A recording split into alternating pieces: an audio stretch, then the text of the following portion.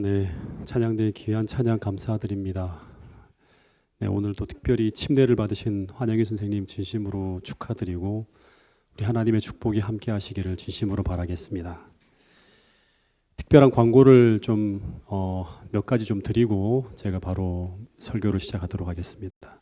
다음 주에는 무슨 행사가 있죠? 네, 연말 기도주일이 시작됩니다. 언제부터인가 하면 다음 주 월요일이 아닙니다. 화요일부터 우리가 모일 수 있는 시간을 만들었고요. 연말 기도주일은 우리가 한 해를 돌아보면서 우리가 함께 회개하고 한 해를 주님 안에서 아름답게 정리할 수 있는 시간입니다. 하나님과의 관계를 바로 할 수 있는 축복의 시간입니다. 그래서 다 함께 기도하면서 2026년을 우리가 잘 준비할 수 있는 그런 시간이 되었으면 좋겠고요. 또 하나 좀 여러분들에게 말씀드리고 싶은 거는 지난주에 우리 장례가 있었죠. 우리 이정훈 집사님 아버님이 돌아가셨는데 우리 이번 안식일이 좀 슬픈 안식일이 될 것 같습니다. 가족들한테는. 그래서 우리가 이 유가족들을 위해서 기도해 주시길 바라고요. 또 하나 우리 여러분들과 함께 기도할 제목이 있는데 우리 며칠 전에 최춘희 집사님이 낙상사고로 허리 골절을 좀 당하셨습니다. 그래서 지금 동국대병원에 입원 치료 중에 있는데 회복에 많은 시간이 필요하다고 하니 우리 여러분들 빠른 회복을 위해서 기도해 주시고요. 더하여서 지금 연로하신 우리 어르신들 중에서 지금 잘 보이지 않는 분들이 계시죠. 이 좌석에 우리 김인기 선생님, 또 우리 손신혜 집사님도 안 오셨죠. 그리고 우리 그 외에도 오셨나요? 위에 계시나요? 네, 감사합니다. 네. 그래서 우리 그 외에도 우리 정상엽 집사님, 송정수 집사님도 오늘 앉아 계시는 거 보니까 참 감사하네요. 그리고 최종희 집사님 등 갈렙반 어르신들을 위해서 우리 추운 겨울에 건강하게 잘 지나갈 수 있도록 여러분 특별한 기도를 좀 부탁을 드리겠습니다. 성만찬 예식이 있는 안식일인데요. 우리 성찬을 들기 전에 좀 몇 가지 한 20분 정도의 말씀을 나누고 그리고 바로 성찬을 우리가 함께 들도록 하겠습니다. 이 요한복음 6장을 보면 이제 그 오병이어의 기적이 이제 펼쳐지면서 요한복음 6장은 시작됩니다. 근데 왜 예수님이 이 시점에서 오병이어의 기적을 일으켰을까? 이 사건을 통해서 예수님은 이스라엘 백성들에게 무엇을 가르치려 했을까? 내가 이렇게 너희들에게 떡을 줄 수 있는 그러한 메시아라고 하는 걸 알려주려고 했을까? 아니면 그 소년의 헌신을 통해서 수많은 사람들이 떡을 나누어 먹을 수 있는 이런 우리는 헌신을 해야 된다. 작은 것이라도 뭐 이런 것들을 가르치려 했을까? 요한복음 6장을 전체를 다 공부해 보잖아요. 그러면 이 오병이어의 기적을 행하신 진짜 이유는 요한복음 6장 후반부에 쭉 서술되어집니다. 요한복음 6장 26절 27절에 보면 이 오병이어의 기적이 벌어진 그 다음 날에 그 수많은 사람들이 이 오병이어의 기적이 엄청난 것이었습니다. 사람들이 이분이 이제 메시아다 그리고 막 이분을 임금으로 세우려고 하는 난리가 나는 엄청난 센세이션이 일어나는 그런 사건이었습니다. 그래서 수많은 군중들이 이 예수님을 찾아와서 그 다음 날 옵니다. 그때 예수님께서 그 사람들에게 이런 말씀을 하셨어요. 같이 한번 읽어보겠습니다. 요한복음 6장 26절 27절 말씀인데 오늘 권영군 집사님이 지금 좀 몸이 아파서 지금 참석을 못했거든요. 누군가가 마이크를 들어주면 좋겠는데 없겠죠? 제가 읽겠습니다. 예수께서 대답하여 이르시되 내가 진실로 진실로 너희에게 이르노니 너희가 나를 찾는 것은 표적을 본 까닭이 아니요 떡을 먹고 배부른 까닭이로다. 썩을 양식을 위하여 일하지 말고 영생하도록 있는 양식을 위하여 하라. 이 양식은 인자가 너희에게 주리니 인자는 아버지 하나님께서 인치신 자리라 하는 거예요. 여기서 예수님이 아주 중요한 몇 말씀을 했는데 첫 번째는 나를 찾는 것은 너희들이 나를 찾는 것은 표적을 본 까닭이 아니라고 하는 거예요. 표적을 봐야 되는데 못 보고 있는 거예요. 떡을 먹고 배부른 까닭이다. 두 번째는 썩을 양식을 위해 일하지 말고 영생하도록 있는 양식을 위하여 하라. 이 두 번째 말씀이에요. 세 번째는 그 양식은 누가 준다? 주님께서 주실 수 있는 양식이라고 하는 거예요. 첫 번째 하나 좀 생각해야 될 게 뭐냐 그러면 이 오병이어의 이 사건은 표적이라고 했습니다. 이 표적이라고 하는 이 의미가 어떤 의미인가 하면 영어로 번역하면 사인이에요. 그러니까 무엇을 나타내기 위한 표식이 바로 표적이에요. 그래서 이 오병이어의 기적은 예수님이 어떤 분이신가를 보여주는 표적이었다고 말씀하고 있는 거예요. 그분이 어떤 분이신가, 무엇을 할 수 있는 분인가. 그렇게 말씀하시면서 주님이 뭐라고 하는가 하면 썩을 양식을 위하여 일하지 말고 영생하도록 있는 양식을 위해 일하라. 그러니까 썩을 양식과 영생하도록 있는 양식을 비교했어요. 땅의 양식과 하나님이 주시는 양식을 딱 비교하는 거예요. 그러자 이 몰려온 사람들이 31절에 갑자기 어떤 이야기를 하는가 하면 만나 이야기를 다 꺼냅니다. 기록된 바 하늘에서 그들에게 떡을 주어 먹게 하였다 함과 같이 우리 조상들은 광야에서 만나를 먹었나이다 하면서 만나 이야기를 쭉 꺼냅니다. 그 당시 이스라엘 백성들이라면 누구나 이 오병이어의 기적이 만나 사건의 재현으로 인식할 수 있는 사건이었어요.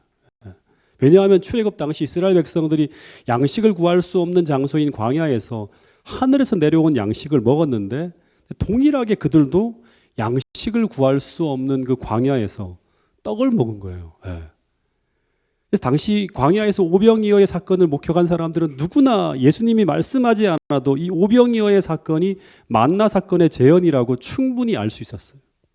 그래서 이 사람들이 뭐라고 하는가 하면 요한복음 6장 14절에 보면 이 예수를 모세가 오리라고 예언한 그 모세 같은 선지자인 그 선지자라고 말하는 거예요. 이 사람이 바로 그 선지자다. 모세가 나중에 메시아로 출현할 수 있는 그 선지자가 바로 이 선지자다고 막 얘기하는 거예요. 그렇게 하면서 이 사람을, 이 예수님을 왕으로 막 세우려고 했던 것입니다. 근데 예수님이 이 군중들이 오병이어의 기적을 만나 사건의 재현으로 딱 인식하자 그 다음에 예수님이 바로 어떤 스토리로 이어지는가 하면 이 만나를 자신과 연결시키기 시작합니다. 35절 나는 생명의 떡이니 내게 오는 자는 결코 줄이지 아니할 터이요 나를 믿는 자는 영원히 목마르지 아니하리라. 이런 말씀을 하는 거예요. 여기서 다시 한번 질문을 한번 던져보겠습니다. 예수님이 왜 오병이어의 기적을 행하셨을까요? 그 이유는 1차적으로는 이 백성들이 그곳에서 굶주리고 있었기 때문에 그들의 필요를 채워주려고 하셨던 것이 1차적 목적이에요. 그죠? 근데 또 하나의 목적은 뭐냐 그러면 예수님은 이 사건을 통해서 이 6장 마지막 스토리까지 쭉 이어가면 자신이 하늘에서 내려온 참 만나 생명을 공급할 수 있는 생명의 떡임을 가르치고자 했어요. 다시 말해서 광야에서 이스라엘 백성들이 그 광야에서 만나를 먹음으로 그 생존이 불가능한 광야에서 생존하며 가나안까지 걸어갈 힘을 얻었던 것처럼 똑같이 그리스도인들은 이 참 생명의 떡인 그리스도를 먹어야지만 이 광야 같은 인생길을 살아갈 수 있는 힘과 더하여 하늘 가나안까지 걸어갈 능력을 얻게 된다고 하는 걸 가르치기를 원했어요. 다시 말해서 하나님은 이스라엘 백성들이 광야에서 만나를 먹음으로 사람이 떡으로만 사는 것이 아니라 하나님이 먹이시는 은혜로 사는구나 하는 것을 깨닫게 하려고 계속 애썼죠. 똑같이 주님은 그리스도인은 사람이 떡으로만 사는 게 아니라 우리의 생명 되신 그리스도를 통하여 우리가 살고 있음을 깨닫게 하려고 이 사건을 일으킨 거예요. 이게 바로 믿음으로 사는 삶이죠. 실제로 예수님은 자신이 생명의 떡이라고 말씀하신 그 말씀을 십자가를 지기 전에 성만찬 의식을 통해 제자들에게 영원한 의식으로 남겨서 이것을 주님 오실 때까지 마음에 새기며 살아갈 것을 말씀하신 걸 볼 수 있습니다. 오늘 우리가 이 의식을 행하는 것입니다. 성만찬의 자리는 생명의 떡이신 그리스도의 생명을 먹고 나누는 자리가 바로 성만찬의 자리입니다. 그런데 이 생명의 떡을 우리가 매일매일 받아 먹어야 되는데 우리는 어떻게 이것을 얻을 수 있을까 하는 것입니다. 요한복음 6장에서 예수님이 오병이어의 기적이 벌어지고 난 후 수많은 사람들이 찾아왔을 때 그때 예수님이 말씀하시기를 이 하늘 양식을 누가 너희에게 준다? 인자가 너희에게 줄 것이라고 말씀하셨어요. 그러자 군중들이 이런 질문을 합니다. 진짜 중요한 질문이죠. 그들이 묻되 우리가 어떻게 하여야 하나님의 일을 하오리까? 이 말이 무슨 말인가 하면 우리가 그 양식을 얻기 위해서 우리는 무슨 일을 해야 됩니까? 라는 질문을 던진 거예요. 그래서 예수님이 뭐라고 하셨죠? 29절에 어떤 대답을 하셨는가 하면 가라사대 하나님께서 보내신 일을 믿는 것이 하나님의 일이라고 했어요. 다시 말해 이 말씀은 어떤 의미의 말씀인가 하면 이 하늘 양식은 하나님의 보내신 자를 믿는 것을 통해서 얻게 된다고 말씀하는 거예요. 그러니까 이 믿는 수고를 드려야지만 이 하늘의 양식을 얻을 수 있다고 하는 거예요. 근데 이 하나님이 보내신 자를 믿는 것을 통해 얻게 되는 그 하늘 양식이란 무엇인가? 결론적으로 말하면 6장 마지막에 뭐라고 하는가 하면 인자의 살을 먹고 인자의 피를 마시는 거예요. 인자의 살을 먹고 인자의 피를 마시는 것이라고 하는 게 결론 지어집니다. 여러분 이 말씀은 기독교의 정수를 담은 아주 중요한 교훈을 담고 있는 말씀이에요. 오늘 20분밖에 안 되기 때문에 제가 짧게 말하지만 진짜 중요한 말씀을 하고 있는 것입니다. 이 본문에 보면 결국 이 말씀을 이해한 사람들은 주님 곁에 남게 되고 이 교훈을 이해하지 못한 사람들은 다 떠납니다. 이해한 사람과 이해하지 못한 사람이 갈라지는 걸 볼 수 있습니다. 여러분 하나님 백성이란 무엇인가? 하나님을 믿는 사람들입니다. 하나님을 믿는 사람들은 그 믿음을 통해서 하나님의 은혜를 받으며 살아갑니다. 근데 그 은혜는 하늘에서 내려온 양식이 계속 내 안에 채워지는 거예요. 내 안에 들어오는 거예요.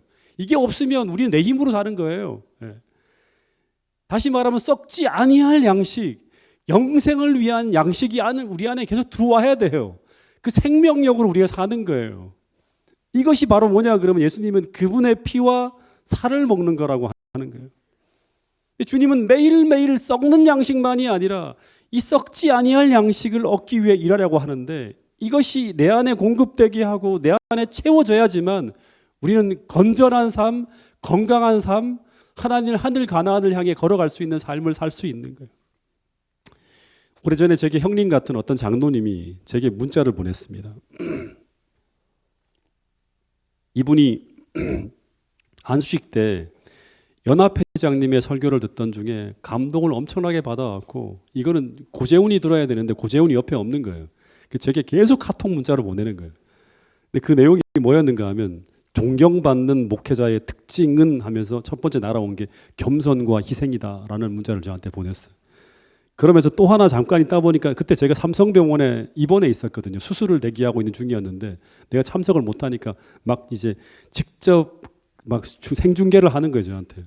그러면서 영성 개발에 방해가 되는 것은 과감하게 단절하라는 문자가 그 다음에 날아왔어요. 그리고 그 다음에 세 번째로 날아온 게 뭐냐 그러면 목회자의 설교 내용은 생명의 샘에서 물을 끌어오는 것처럼 설교를 위해 몸부림치라고. 그리고 마지막에 날아온 문자가 뭐냐 그러면 말씀과 삶이 일치하는 삶을 살라고 하는 문자가 쫙 날아왔어요. 또 아멘이라고 우리 이광 장로님이 하셨는데, 근데 이런 내용을 문자로 제게 쭉 보냈는데 제가 뭐라고 단문을 보냈을까요?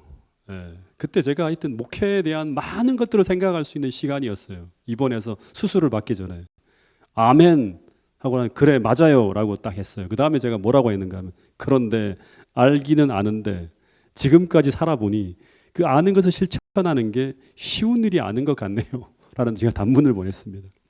우리도 늘 알잖아요. 그리스도인은 겸손하고 자기희생적인 삶을 살아야 된다고 하는 것, 우리 영성 개발에 방해가 되는 것은 과감하게 단절해야 된다는 것, 말씀과 일치하는 삶을 살아야 된다는 것, 이것을 우리는 수도 없이 들어요.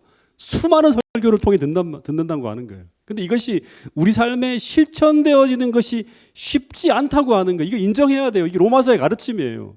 수도 없이 몸부림치지만 잘 안 되잖아요. 이것은 몸부림만으로 되는 것이 아니라고 하는 것을 깨닫는 데는 그리 많은 시간이 걸리지 않습니다. 그래서 우리에게 필요한 것이 무엇인가 하면 우리의 의지만이 아니라 이 모든 것을 가능하게 하는 하나님의 은혜가 필요하다고 하는 걸 계속 가르쳐주고 있어요. 이게 공급되어져야 돼요. 매일 양식처럼. 다시 말해서 이 모든 것을 가능하게 하는 것이 무엇이다? 하늘 양식이라고 하는 거예요. 이 양식을 먹어야지만, 이 양식이 오늘 우리 안에 공급되어야지만 우리는 겸손한 척하는 것이 아니라 진짜 겸손해질 수 있고요. 자기 희생적인 삶을 살 수 있고 언행일치의 삶을 살 수 있는 거예요. 근데 이 하늘의 양식을 섭취하는 것을 주님은 뭐라고 하는가 하면 나의 피와 살을 먹고 마시는 것이라고 말씀하고 있는 거예요. 좀 잔인하게 보이는 것처럼 느껴지는데 실제로 이 이야기 때문에 초기 그리스도인들은 사람의 피와 육을 먹는다고 하는 오해를 받기도 했습니다. 실제로 이 52절에 보면 유대인들이 예수님의 설교를 듣고 난 후에 서로 다투어 가로되 이 사람이 어찌 능히 제사를 우리에게 주어 먹게 할 수 있겠는가라고 하는 이야기를 합니다. 이거 어떻게 먹는 거야? 하면서 이제 마지막으로 우리가 성찬을 들기 전에 확인해야 되는 진짜 중요한 것, 예수님의 피와 살을 먹는다는 의미가 어떤 의미인가 하는 거예요. 여러분, 이 말씀은 예수님의 살을 문자 그대로 먹거나 그분의 피를 물리적으로 마시라고 하는 의미는 아니죠. 예수님의 살은 어떤 의미를 담고 있나요? 예수님께서 인류의 죄를 대속하기 위해 십자가에 달려 찢기시는 몸을 상징하는 거예요. 더하여 그때 그분이 흘리신 피는 인류의 죄를 사하기 위해 흘리신 언약의 피, 즉 희생제물의 피를 의미하는데, 근데 이 보혈의 피가 죄인의 죄를 깨끗하게 하고 영원한 생명을 얻게 하는 언약의 피라고 해요. 그래서 이 몸과 이 피는 우리가 먹고 마셔야 될 참된 양식이고 참된 음료라고 주님께서 말씀하셨어요. 근데 이 피와 살을 먹고 마신다고 하는 것은 진짜 피와 살을 먹고 마시는 게 아니라 요한복음 6장 63절에 보면 이것은 영적인 말씀이라고 하는 것을 이 설교가 쭉 끝나고 난 다음에 주님께서 말씀하셨어요. 예수님은 내가 너희에게 이런 말은, 지금까지 한 말은 영이요 생명이라고 하는 거예요. 그리고 그들에게 생명을 주는 것은 육이 아니라 뭐다? 영이라고 말씀하셨어요. 다시 말해, 아무리 오늘 우리가 이 성만찬 예식을 통해서 이것은 주님의 피고 이것은 주님의 살이라고 하면서 이 떡과 포도즙을 아무리 많이 먹고 마셔도 이 육은 무익한 것이라고 하는 거예요. 살리는 것은 이 살과 피가, 이 떡과 포도즙이 우리 육에 담겨지는 것이 아니라 믿음을 통해, 성령을 통해 우리의 마음과 영혼에 그분의 희생적 사랑과 그분의 은혜와 그분의 생명이 믿음을 통해, 성령을 통해 우리 가슴과 마음에 담겨져야 된다고 하는 거예요. 이 의미를 담고 있는 시대소망 말씀이 이렇습니다. 여러분, 돌아가셔서 한 번 더 묵상해 보시기 바랍니다. 그분의 살과 그분의 피를 마시는 것은 그분께서 우리의 죄를 깨끗하게 사하신다는 것과 그분 안에서 완전하게 된다고 하는 것을 믿고 그분을 개인의 구주로 받아들이는 것을 의미한다. 그래서 그분의 살과 그분의 피를 마시는 이 성만찬 의식은 우리가 그분의 성품에 참여하게 되는 것인데, 그것은 우리가 그분의 사랑을 바라보고, 희생적 사랑이죠, 그분을 깊이 생각하고 그것을 흡수해 드리는 시간이 돼요. 즉 그분의 사랑과 은혜와 희생의 공로가 믿음을 통해 내 안에 들어와서 내게 영향을 미치는 것을 의미하는 거예요. 그래서 마치 음식이 신체에 영향을 주듯이 그리스도께서 영혼에 영향을 끼치는 역사가 일어나야 된다. 음식은 우리가 그것을 먹지 않는 한, 그것이 우리 신체의 일부가 되지 않는 한 우리에게 아무런 유익이 될 수 없다. 여러분, 이 양식이 흡수되지 않고 소화되지 않고 흘러나가면 아무런 의미가 없습니다. 그와 같이 우리가 그리스도를 개인의 구주로 알지 않는다면, 구세주가 아니라 나의 개인의 구주로 알지 않는다면 그분은 우리에게 아무런 가치가 없다. 이론적 지식은 우리에게 아무런 유익도 주지 못한다. 그분을 먹고 그분을 마음에 받아들여 그분의 생명이 우리의 생명이 되게 해야 된다. 그분의 사랑과 그분의 은혜가 우리의 생에 동화되어야 된다. 이게 성만찬 예식을 하는 목적이고 이유입니다. 여러분, 주님의 살과 피를 먹고 마신다고 하는 것은 그분의 삶과 정신과 은혜가 우리 안에 들어와서 우리의 혈관을 타고 흐르듯이 그분의 사상과 생각이 우리 안에 담겨서 우리가 그분과 완전한 결합으로 하나가 되어지는 것을 의미한다고 합니다. 여러분, 그래서 주님께서 뭐라고 했는가 하면, 내 살을 먹고 내 피를 마시는 자는 내 안에 거하고 나도 그의 안에 거하나니 하는 거예요. 그가 내 안에 내가 그 안에라고 하는 건 완전히 하나가 되어지는 걸 의미하는 거예요. 여러분, 이런 말씀이 있습니다. 진짜 중요한 말씀인데요. 같이 한번 읽어보겠습니다. 이 말씀은 시대소망 388페이지에 있는 말씀입니다. 시작. 그리스도께서 우리와 한 육체가 되신 것은 우리와 그분과 더불어 한 마음이 되게 하려 위함이었다. 우리가 무덤에서 나오게 되는 것은 이러한 결합으로 말미암는 것이니, 이는 단지 그리스도의 능력에 나타남 뿐만 아니라 믿음으로 말미암아 그분의 생명이 우리의 것이 되었기 때문이다. 그리스도를 그 진정한 품성 그대로 보고 마음에 받아들이는 자들은 영생을 얻는다. 그리스도께서 우리 안에 사시는 것은 성령을 통해서이며 믿음으로 마음에 하나님의 성령을 받아들이는 것이 영생의 시작이 된다. 예. 그래서 이 무덤에서 우리가 나오게 되는 것은 이러한 결합, 이 연합으로 말미암는다고 하는 거예요. 단지 그리스도의 능력이 나타남으로 말미암는 것이 아니라 믿음으로 말미암아 예수의 생명이 우리의 것이 되었기 때문에 우리가 부활한다고 하는 것입니다. 그걸 상징적으로 담아내는 의식이 바로 성만찬 예식이라고 하는 거예요. 그래서 결론적으로 예수님은 이런 말씀을 하셨습니다. 예수께서 이르시되 내가 진실로 진실로 너희에게 이르노니 인자의 살을 먹지 아니하고 인자의 피를 마시지 아니하면 너희 속에 생명이 없느니라. 내 살을 먹고 내 피를 마시는 자는 영생을 가졌고 마지막 날에 내가 그를 다시 살리리니 내 살은 참된 양식이요 내 피는 참된 음료로다. 내 살을 먹고 내 피를 마시는 자는 내 안에 거하고 나도 그의 안에 거하나니 살아계신 아버지께서 나를 보내심에 내가 아버지로 말미암아 사는 것 같이 나를 먹는 그 사람도 나로 말미암아 살리라. 주님의 은혜로 산다는 거죠. 이것은 하늘에서 내려온 떡이니 조상들이 먹고도 죽은 그것과 같이 아니하여 이 떡을 먹는 자는 영원히 살리라. 여러분, 마지막 말씀인데요. 그대는 그리스도를 따르는 자인가? 한번 물어보시기 바랍니다. 여러분, 자문해 보시기 바랍니다. 그렇다면 영적 생애에 관하여 쓰여진 모든 기록은 그대를 위하여 기록된 것이며 이 모든 것은 그대 자신을 예수께 연합시킴으로써 얻을 수 있는 것이다. 그 연합을 위해서 우리가 뭘 한다? 성만찬을 먹는 거예요. 그대의 열성이 시들어지고 그대의 처음 사랑은 식어가는가? 그리스도께서 주시는 사랑을 다시 받아들여라. 그의 살을 먹고 그의 피를 마셔라. 그리하면 그대는 아버지와 아들이 하나가 된 것처럼 우리도 하나가 될 것이다 라고 말씀하고 있습니다. 여러분, 오늘 우리가 이 예수님의 피와 살을 의미하는 이 잔과 떡을 나눌 때 성령을 통하여 이 의식 속에 담겨진 놀라운 의미들을 여러분 모두가 느끼고 깨달을 수 있게 되기를 간절히 바라겠습니다. 더하여 오늘 우리가 먹고 마시는 이 성찬을 통해서 믿음으로 그리스도의 살과 피가 우리 안에 영적 양식으로 공급되어지는 역사를 경험하면서 온전히 주님과 하나 되어지고 더하여 그 연합이 오늘 그리스도의 피와 살을 나눈 태능교의 모든 형제들과의 연합으로 이어지는 축복을 우리 모두가 경험할 수 있게 되기를 간절히 바라겠습니다. 그래서 이 축복을 함께 나누는 이 모든 자리가 성령을 통하여 하나님의 임재하심을 통하여 우리 모두가 축복을 받는 거룩하고 은혜로운 그런 예식이 될 수 있기를 간절히 바라면서 짧은 말씀을 줄이도록 하겠습니다. 성찬을 들기 전에 잠깐 주의 말씀을 몇 가지 당부드리고 제가 바로 기도하고 좀 시작하도록 하겠습니다. 이거 제가 좀 띄운 거 한번 좀 더 띄워주세요.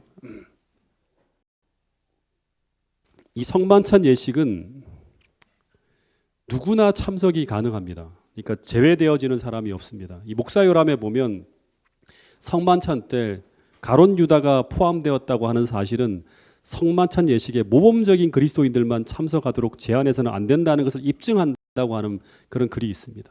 이 성만찬에는 모든 사람들이 다 참여할 수 있습니다. 참여를 원하시는 분들은요.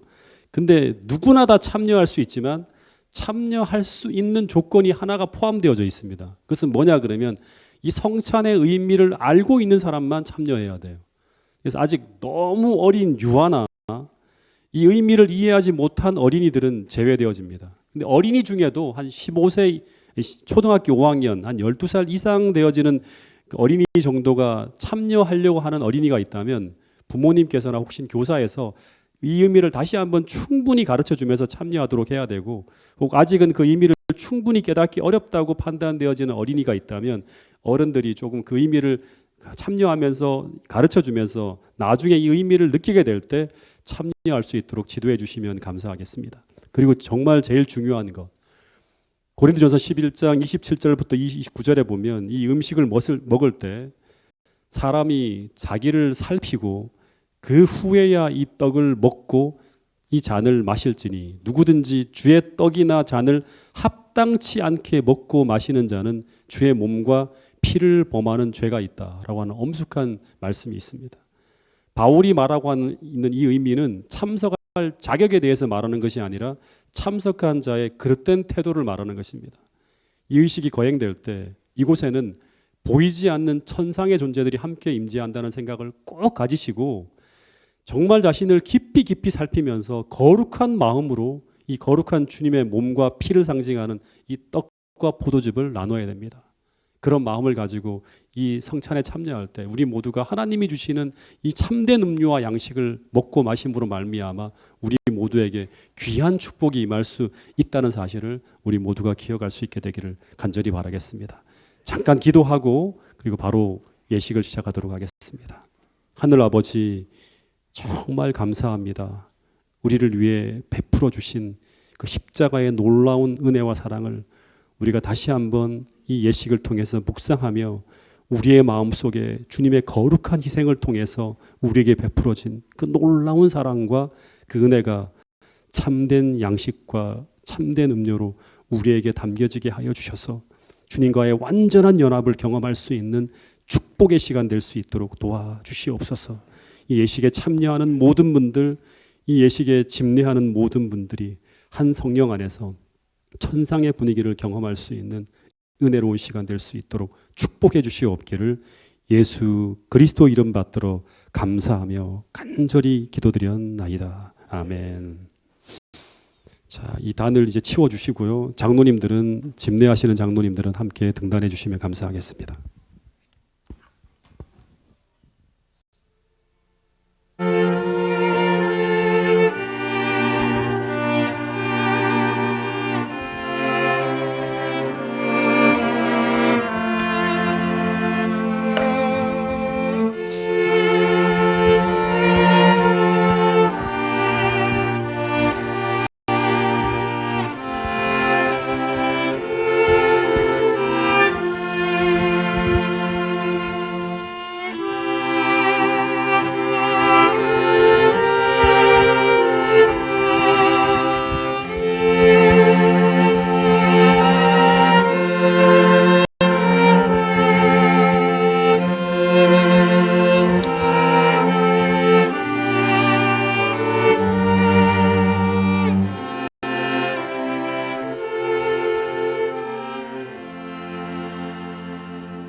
네, 우리 성만찬 예식을 위한 교동문을 함께 읽도록 하겠습니다. 이제 우리는 특별한 축복의 시간을 가지게 되었습니다. 우리에게 축복을 허락하여 주옵소서. 우리가 떡을 뗄 때 우리는 그리스도의 죽으신 몸을 생각할 것입니다. 우리가 잔을 들 때 우리는 그리스도의 흘리신 피를 생각할 것입니다. 그때 주님께서 제자들에게 자신을 나타내 보이신 것처럼 우리의 마음에도 임하여 주옵소서. 주님의 임재로 이 자리를 은혜롭게 하옵시고 새 땅에서 열릴 잔치를 미리 맛보게 하옵소서. 아멘. 우리 집사님들.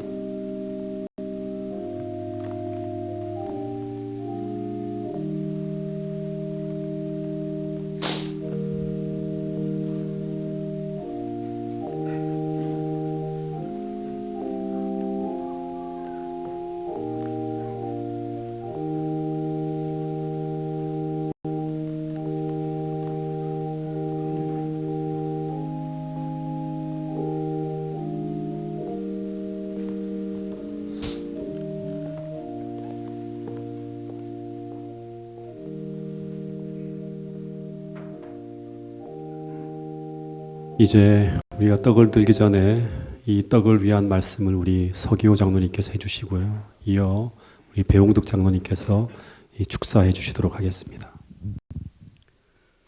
그들이 떡을 떼어 예수께서 떡을 가지사 축복하시고 떼어 제자들에게 주시며 이르시되 받아서 먹으라 이것은 내 몸이니라 하시고 함께 기도하도록 하겠습니다. 가능하면 무릎 꿇고 기도해 주시면 감사하겠습니다.